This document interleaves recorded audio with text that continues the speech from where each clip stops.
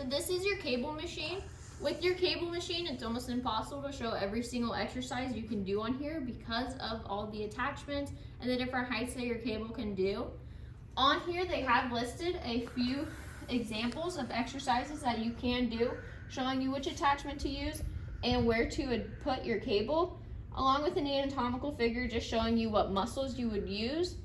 These are just examples. If you know more that aren't listed here and you know how to safely do them, go ahead, try them. To change out your attachments, you just press on the clip and you can take them on and off.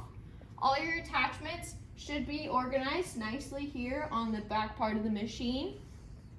To change your height of your cable, it is the red handle here.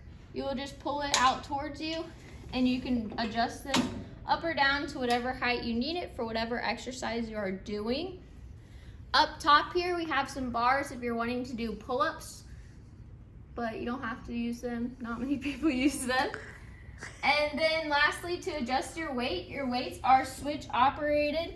If they're over to the red side, there is no weight selected. If I flip it over to the green side, I now have a weight selected.